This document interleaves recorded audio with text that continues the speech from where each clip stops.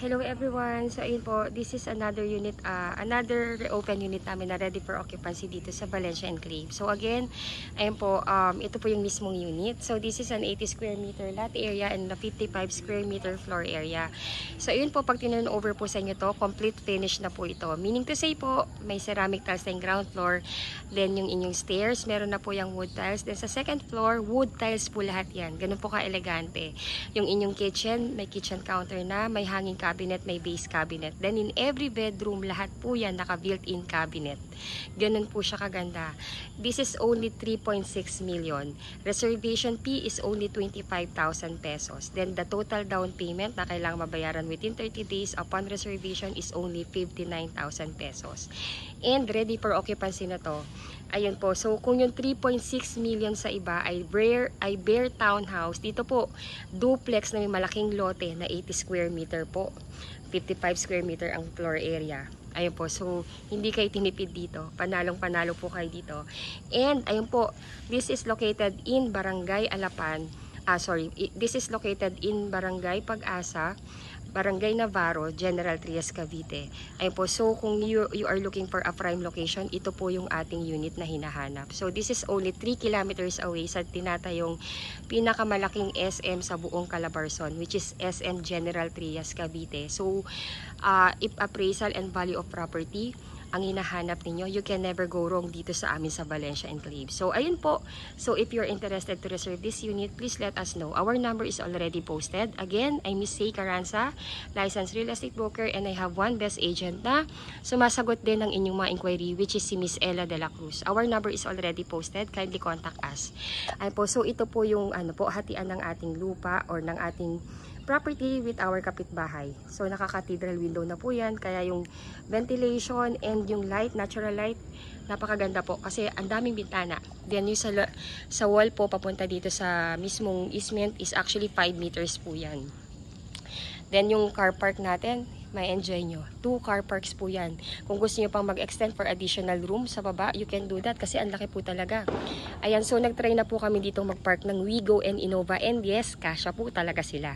Ayun, so ayan po, kung ano po yung nakikita ninyo, ito na po yung mismong actual na unit. So again, this is a first reserve basis kasi napakarami nyo po talagang nag-aabang na magkaroon ng reopen dito sa Valencia Enclaves. Kasi nga po, dahil nga po yung mga katabing unit or subdivision namin is tumataginting ng 8 million para lang po sa townhome. And yung iba yung 3.6 is bare townhouse pa. Kaya yun po nare-realize ng iba naming client, hindi na sulit yun eh. Ito, General Trias na 3.6 million lang. Ayun po. So again, pagka na-approve na rin kay bank, this is only 26,000 plus per month. So ayun po, napaka-affordable pa rin po niya, and talaga naman sulit na sulit ang every peso na ibibili ninyo sa bahay na to. Kasi number one, lalo na sa mga OFW nating kababayan na yun nga, na si hubby nasa ibang bansa and the family, the wife is nandito sa Pilipinas. Parang ang hassle na po, no, pag-iiwanan natin yung pamilya natin na hindi pa complete yung loob. At least ito yung interior kasi kumpleto na. Kumbaga po, bihis na. Furniture na lang at gamit na lang. Ayan, bawal muna dumaan sa may hagdan. Ayun, naglagay na sila kasi bagong paint po ito malamang. And bagong tapos lang to. So, as an SOP po ng ating developer, ng ating engineering, hindi po ito pwedeng iwanan na bukas. And hindi rin po ito pwede sa aming ipakita nang hindi pa natin-turn over. Ayun, for the security po. Sementado na rin po ito. So, if you want to do your parking here, may semento na po ito. Or kung gusto nyo i-extend, ang laki nito oh. Ito po sa likod natin, from the wall hanggang dito is 3 meters pa po yan. Kaya kung gusto nyo pong mag-extend ng inyong kitchen, pwede nyo pong gawin yan dito. Kung ayun yung kitchen na nasa loob, pwede nyo po yung ilipat dito. 3 meters po yan, malawak po ang 3 meters. Then yun po, may provision for the extension ng inyong dirty kitchen and laundry area. Pasensya na po kung basa kasi ang lakas po talaga ng bagyo recently. Kakatapos lang po.